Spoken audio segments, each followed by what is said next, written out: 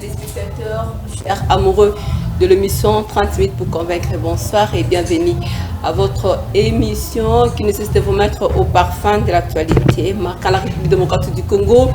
Aujourd'hui, sur ces plateaux, nous allons juste faire un bilan. Donc, nous allons juste évaluer non seulement le bilan de la République démocratique du Congo, mais y compris aussi le bilan de l'Union africaine. Sur ce, pour en parler, je ne suis pas seule. En face de moi, je récite pour vous Gauthier Miller, analyste politique, activiste aussi. Bonsoir et bienvenue, Gauthier. Bonsoir madame, c'est un plaisir de venir encore sur ce plateau. Comment allez-vous du point de vue biso peuple, du point de vue panafricaniste, vous évoluez bien quand même? Oui, personnellement je vais très bien, mais aussi l'organisation, le mouvement biso peuple marche très bien. Et aussi au niveau panafricaniste, on continue toujours, n'est-ce pas, à faire l'éveil de la conscience collective, mais aussi à promouvoir et à défendre le droit des Africains. Voilà, comme nous analysons, comme nous faisons moins l'évaluation de certaines choses de la République démocratique du Congo, on ne peut pas partir au moins de la RDC sans pourtant aussi évoquer les problèmes de biso peuple. Où en sommes-nous avec vous, de votre côté? Ouais, ça va, ça évolue. Mais cependant, il y a plusieurs défis et on fait toujours face à ces défis-là compte tenu du contexte. Donc on était dans la lutte pour l'organisation des élections, on était dans la lutte pour la promotion et la défense des droits humains, on était aussi dans la lutte pour n'est-ce pas, démontrer l'ennemi sur terrain auprès des autorités, mais aussi actuellement on est plus accentué dans le processus électoral. Voilà pourquoi nous sommes un peu en détractation avec les parties prenantes du processus électoral, l'Assemblée, la présidence, la CENI, les partis de l'opposition, et c'est comme ça. C'est parce qu'on veut l'organisation des élections dans les respect du délai constitutionnel, mais aussi avoir des élections transparentes, apaisées et démocratiques. Voilà. Merci beaucoup. C'était juste pour moi aussi pour le tour de l'émission 30 minutes pour convaincre. Parlons alors de l'Union africaine. Personne n'ignore que notre pays, à la personne de Félix Antoine Tshisekedi, était au moins le président de l'Union africaine. Alors pour au moins évaluer d'abord son bilan, on va d'abord essayer un peu de dévoiler c'est le problème qui traverse au moins l'Afrique tout entière. Où se trouve le vrai problème avec l'Afrique? L'Afrique actuellement a deux problèmes. Le premier problème, c'est l'aliénation. Tu sais, lorsque nous étions colonisés, la colonisation était partie avec plusieurs méthodologies, méthodes pour essayer un peu d'aliéner le peuple africain. Et c'est là sur le plan culturel, le plan religieux et le plan éducatif. Jusqu'à là, vous verrez que nos systèmes éducatifs sont plus axés sur des réalités occidentales. Et voilà, c'est aujourd'hui un plaisir et un honneur pour un Africain de bien parler français, de faire étudier ses enfants qui parlent anglais, des choses comme ça. C'est quelque chose qu'on nous a travaillé. Aujourd'hui, un Africain qui retourne à ses valeurs traditionnelles, on les traite d'un fétichiste, mais alors qu'un Africain qui pratique la religion étrangère, donc c'est une personne normale. Ça, c'est le premier problème, l'aliénation. Mais le deuxième problème qui traverse l'Afrique, c'est l'impérialisme. C'est-à-dire, on vous laisse vos terres, mais on garde la gestion politique et économique de votre pays. Et vous ne pouvez pas agir de vous-même sans avoir, n'est-ce pas, les dictats et l'ingérence des pays occidentaux. Voilà pourquoi vous voyez, quand il y a élection, c'est toujours l'Occident qui vient ici, qui donne des ordres. Il y a le problème actuellement avec l'Éthiopie. Vous verrez que non, c'est l'Occident qui intervient. Au Mali, c'est encore la France qui va intervenir un peu, c'est ça. Donc c'est le deux points. Parce qu'on sait bien que tous les pays africains sont au moins le pays indépendant. S'il faut parler de l'indépendance au moins de l'Afrique. C'est sur quel point? Non, mais l'indépendance, c'est agir de soi-même. Ah oui. Mais on ne l'est pas. On ne l'est pas. Parce qu'on est, on est incapable moins d'agir en soi, ou bien parce que nous dépendons plus... L'Africain est capable d'agir par lui-même, mais cependant, les gens qui nous dirigent sont plus le produit et les calculs des pays occidentaux. C'est ça le problème. Une personne comme moi, il ne faut pas dire que non, je ne suis pas capable de me diriger seul. J'en suis capable. Et une fois que les peuples me donner ce pouvoir-là de leur gérer, ces mandats-là, je pense que je vais gérer, n'est-ce pas, pour le bien-être de ces peuples-là, je serai redevable. Mais cependant, si ce sont des présidents qui nous dirigent, qui commencent d'abord par l'Occident, qui sont des produits de l'Occident, une personne qui avait fait 30 ans et qui vient ici, qui devient président de la République, cette personne-là n'a pas de réalité de nos États. Ou bien une personne que l'Occident prépare pour remplacer l'autre, cette personne-là ne serait redevable qu'au pays qui lui a donné, n'est-ce pas, la possibilité d'être au pouvoir en lui finançant l'argent, en intervenant dans des lobbying, des choses comme ça. Donc l'indépendance effective n'existe pas en Afrique jusqu'à Alors partant de ça, est-ce que l'Union africaine c'est juste un simple slogan ou bien une réalité en soi? Non, l'Union africaine, c'est une réalité. C'est une réalité. Parce que l'initiateur, je crois, les visionnaires de l'Union africaine, c'est Kwame Nkrumah. Kwame Nkrumah avait besoin de rassembler tous les pays afin qu'il y ait une gestion collective. On voit là où est le problème et tous les pays, de manière solidaire, interviennent. Sa vision est détournée ou bien c'est juste... La vision n'est même pas effective jusqu'à là. Parce qu'on a une structure. Une structure qui a un président, qui a des comités, des choses comme ça. C'est normal. Mais cependant, la vision de l'Union africaine, les missions de l'Union africaine ne se font pas, n'est-ce pas, vivre en Afrique, ne se font pas sentir. Parce qu'aujourd'hui, un président de l'Union africaine, l'actuel président de l'Union africaine, quand il y a un problème actuellement avec la Libye qui devient maintenant un pays de tous les enjeux, jamais le président ne se prononce, jamais même les États ne se prononcent. Actuellement, on parle du Mali. Le Mali que la France a fait le tout pour qu'il y ait, n'est-ce pas, blocus à tous les niveaux, au plan économique, embargo, disons. Qu'est-ce que dit le président de l'Union africaine? Rien. Qu'est-ce que disent les États africains? Rien. Donc vous comprenez que non, ces États-là ont peur de leur maman qui est la France. La France, quand elle dit quelque chose, il faut exécuter. Or, l'Union africaine, c'était une structure de soutien à un État. Une structure de solidarité. Mais est-ce qu'actuellement il y a la solidarité? Non. On voit maintenant émerger un peu un panafricanisme du peuple avec nos mouvements ici. On s'est dit les 22, on peut agir en solidarité aux ambassades du Mali et autres. C'était pas nos prérogatives, c'était plus les prérogatives de l'Union africaine. Mais quand on ne sent pas ça, c'est-à-dire l'Union africaine n'est pas effective et sa mission et sa vision est détournée par des personnes issues des calculs occidentaux. Merci beaucoup, Gauthier Miller. Donc, comme nous parlons moins de l'Union africaine, là vraiment nous entrons dans le bain de notre sujet. Bilan de l'Union africaine, nous le savons tous que le président Félix Antoine Tshisekedi a au moins géré pendant une année de son mandat. Bientôt, le bâton sera entre les mains de Sénégalais. Alors, jour pour jour, une année déjà, quel bilan dressez-vous de son mandat? Moi, je pense que c'est un bilan qu'on peut qualifier de stage. Voilà. Donc, notre président est passé comme un stagiaire. Juste savoir comment ça fonctionne, quels sont les documents, comment vous faites en assemblée générale, c'est tout. Parce que... Vous n'avez rien senti, vous n'avez rien pressenti. Non, mais il n'y a rien. Je vous ai démontré les problèmes qui touchent actuellement l'Afrique. L'impérialisme, ok? Mais le président actuel de l'Union africaine, qu'en est-il fait? Rien. Vous comprenez? Donc, c'est-à-dire, c'est une personne qui est passée comme stagiaire pour juste voir comment est la chaise du président, comment l'Union africaine fonctionne, quels sont les avantages, on paye combien et autres. J'espère que là, il aura maintenant l'expérience. Peut-être après 50 ans, il y aura un autre Congolais qui sera là-bas, peut-être celui-là pourra faire quelque chose. Mais cependant, il y avait un problème, des sérieux problèmes que si le président actuel l'avait juste posé en Assemblée Générale, on allait sentir maintenant son implication en tant que président de l'Union africaine.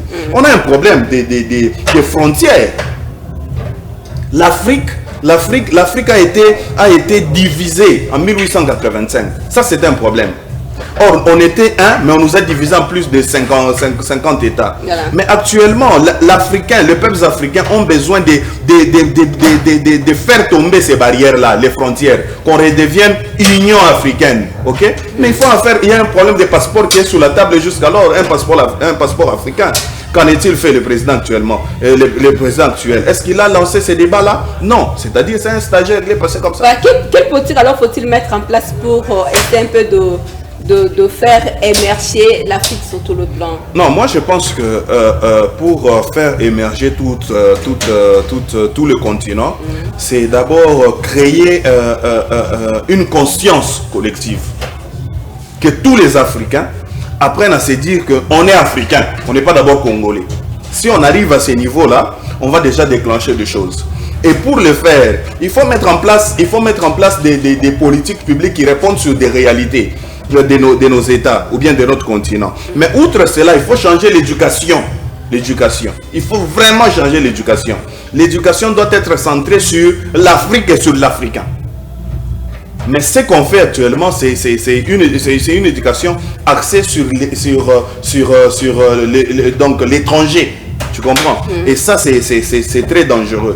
Mais si l'Africain a cette conscience collective, si l'Africain se débarrasse des frontières, l'Africain aura, n'est-ce pas, la possibilité de bien maîtriser son économie. Avant la prise de conscience, quand même, quelque chose qui est idéal, mais il nous faut au moins combien de temps? Voilà. Non, mais tout dépend. C'est tout un processus. Mais il faut d'abord un début.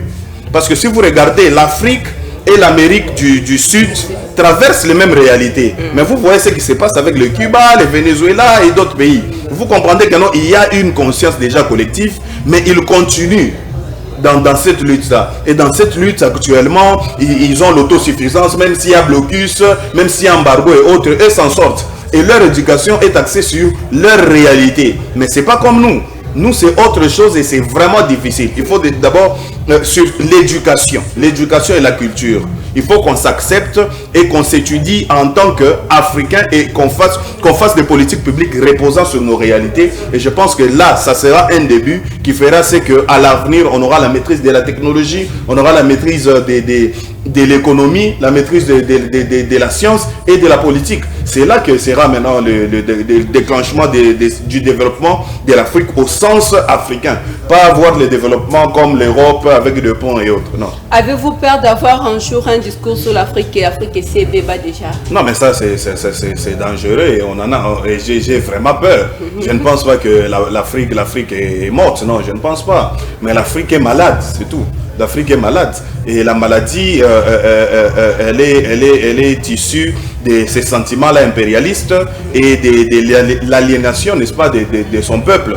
Mais cependant, si on arrivait à traiter ces deux symptômes-là, je pense que l'Afrique se relèvera parce qu'elle est juste malade et n'est pas morte.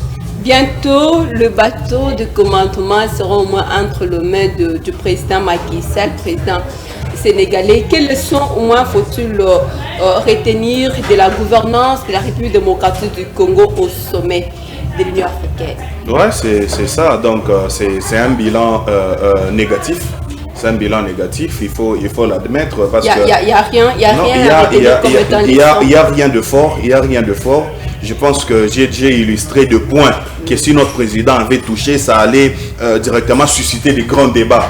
Voilà, comme les bilans du passeport, c'est important. L'implication de l'Union africaine dans ce qui se passe au niveau du Maghreb.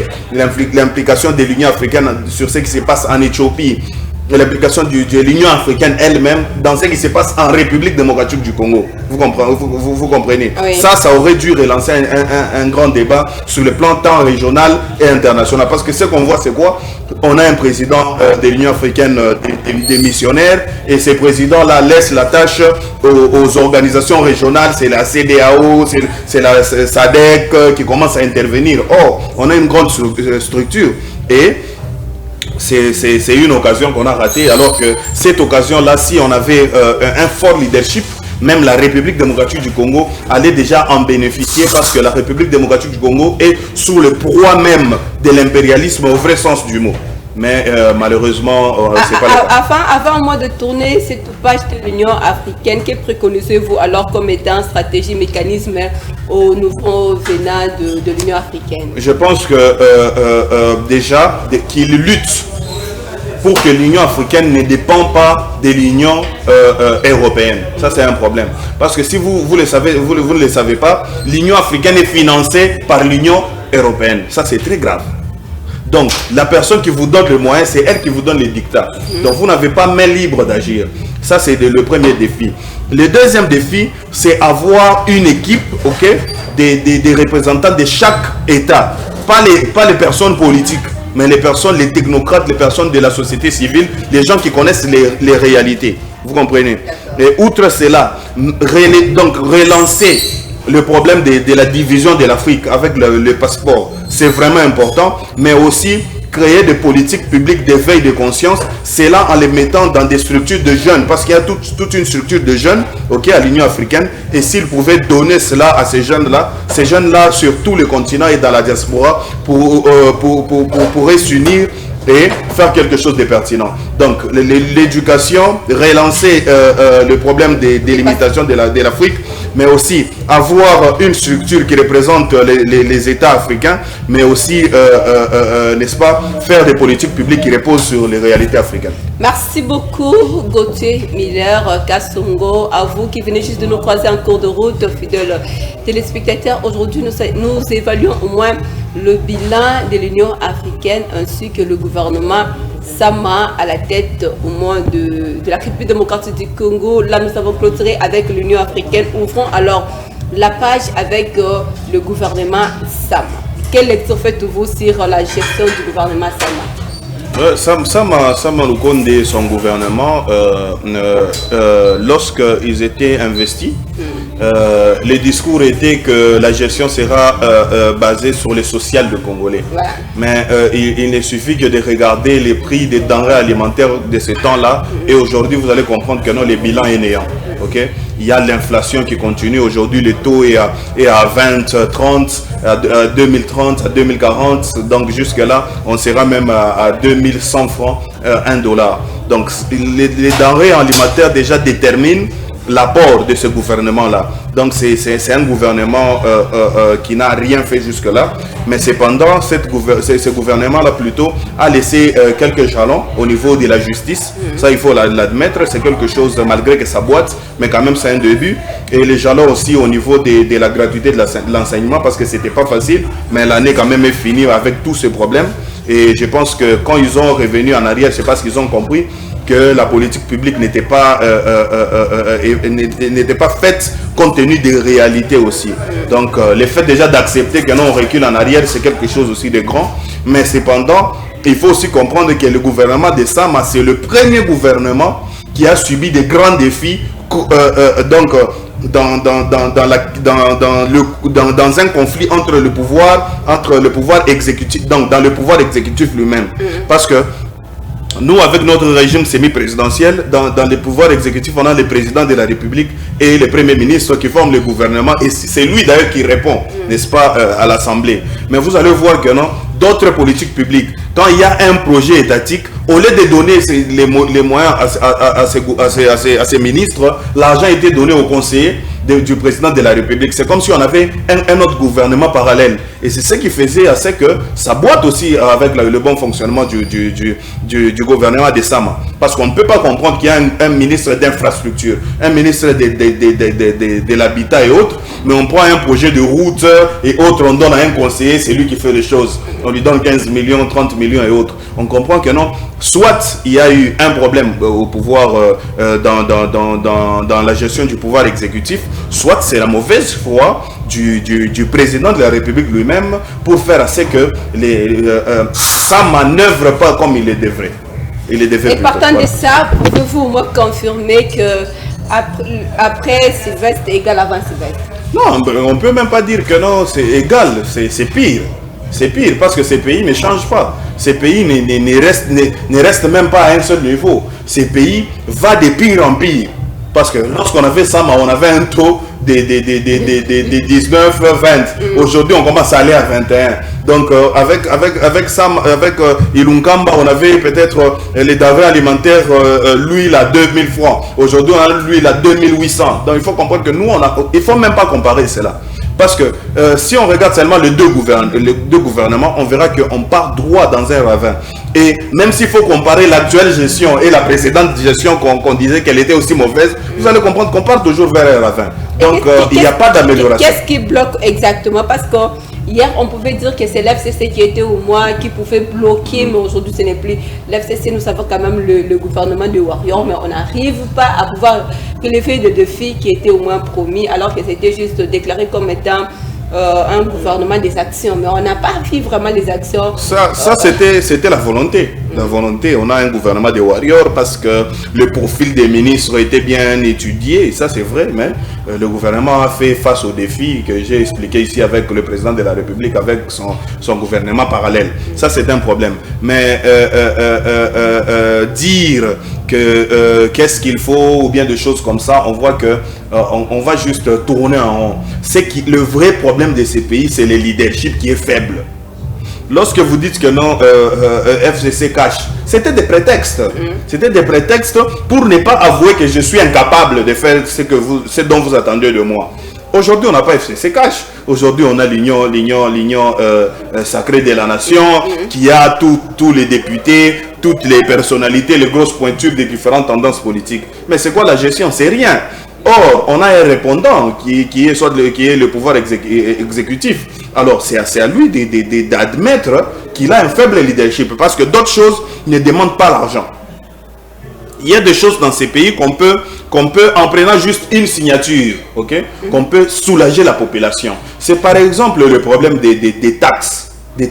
On a des taxes journalières sur les marchés qui fonctionnent déjà, qui donnent plusieurs argents dans la caisse étatique. On a les taxes, on a la TVA et autres. Mais en ce qui concerne le RAM, par exemple, c'est juste une signature disant son annulement. En ce qui concerne les taxes, les taxes sur les routes, les nationales numéro 1 et autres pour les voyageurs et les commerçants. Ça, c'est juste une signature. Parce qu'on ne sait plus combien de barrières il y a dans une route. On prend Kinshasa, Bandundu, il y a combien de routes, combien de péages. Et l'argent va où? On ne sait pas. Mais cela fait assez que les denrées alimentaires commencent encore n'est-ce pas, à hausser, que les commerçants haussent les prix parce que sur la route, ils avaient payé plusieurs choses. Et ça ne demande pas avoir l'argent pour faire ça. Non. Je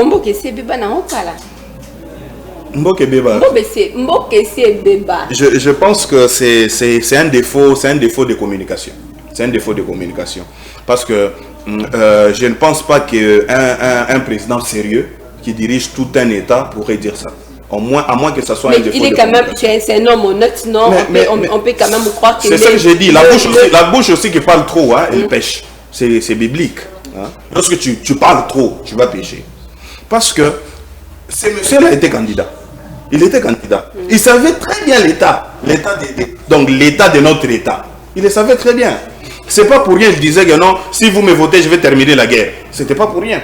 Si vous me votez, je vais aménager le climat économique pour permettre aux entrepreneurs. Il savait très bien. Il lui disait que non, si vous me votez, le militaire aura 400 000 francs le mois. C'est lui, comme solde. C'est lui qui le disait. C'est-à-dire, il savait bien l'état de notre pays. Mais aujourd'hui, qu'il prend le pouvoir, on commence maintenant à revendiquer ce qu'il nous avait promis. Monsieur n'arrive pas à se justifier, commence à dire que non, Mogesi et Beba. Mais ça c'est grave. Si tu étais président, lorsqu'il a eu, n'est-ce pas, la gestion, le commande de cet État, s'il avait compris que non, je suis incapable parce que ce pays est déjà mort, il allait juste démissionner. On a déjà vu dans ce monde des présidents démissionner. Pourquoi il est là? Un pays qui est mort, mais qui paye les palissades à ses députés. Un pays qui est mort, les conseillers à la présidence deviennent des millionnaires. C'est quel genre de pays? Ou bien, c'est lorsque le peuple, la population qui t'avait voté, te demande des choses que tu dis que le pays est déjà mort, mais lorsqu'il faut détourner des 56 millions, la rétrocommission et autres, là le président n'est pas mort. Mais non, c'est très faux, il ne faut pas tromper la population. Il faut juste regarder même la santé. Merci beaucoup, Gauthier Miller Kassongo et à Jonathan Goma qui nous signale que ça nous reste au moins 3 minutes pour boucler cette émission. 2022, une année, je dirais même des enjeux et des dangers pour la République démocratique du Congo sur le plan politique, bien que le gouvernement a au moins décrété ça comme étant une année sociale. Quel est votre avis? Non, mais c'est juste des racontages, ce sont des slogans inutiles, des slogans creux et vides.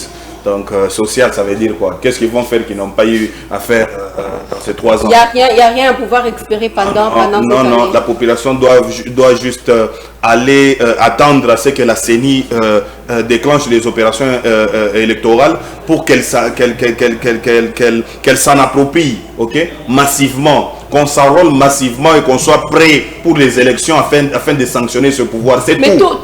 Tout peut aussi changer. Qu'est-ce qui peut changer? Ça peut changer, la vie sociale peut aussi changer. Qu'est-ce qui peut changer? L'éducation, ainsi de suite. Non, mais ça ne peut pas changer. On reconnaît un mauvais, je crois, c'est l'arbre, je crois, de par ses prémices. On sait déjà. On a eu à faire déjà 3 ans, monsieur n'a rien fait. Et ça, dans une année, qu'il va faire quoi? Rien. Il va faire rien parce qu'actuellement, il devient préoccupé. Et tous, la classe politique, devient actuellement préoccupé aux élections et pas au social de la population. Ne croyez-vous pas que cette année-ci seront aussi à mesure de répondre, de résoudre les problèmes? Ils ne vont rien faire, je prends la population à témoin. Le temps pour nous, c'est nous organiser, prendre beaucoup de cartes d'électeurs, nous faire enrôler massivement et attendre, exiger les élections dans les délais dans le respect du délai constitutionnel, aller aux élections et sanctionner ce régime et ce pouvoir. C'est tout.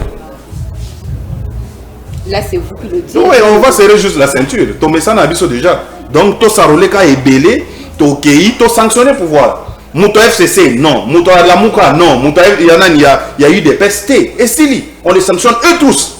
Parce que eux tous jouent le même jeu. Et vous allez, nous on est opposants, nous on est de la majorité. C'est faux. Eux tous jouent le même jeu. Vous allez voir que non, même Lamuka, lorsque Zamakamboa y a lipa, Lamuka ne fait pas de marche. Mais c'est lorsque comme Makamboa Séni, comme voilà, marche, dépolitisation de la CENI. Eux tous doivent être sanctionnés en 2023.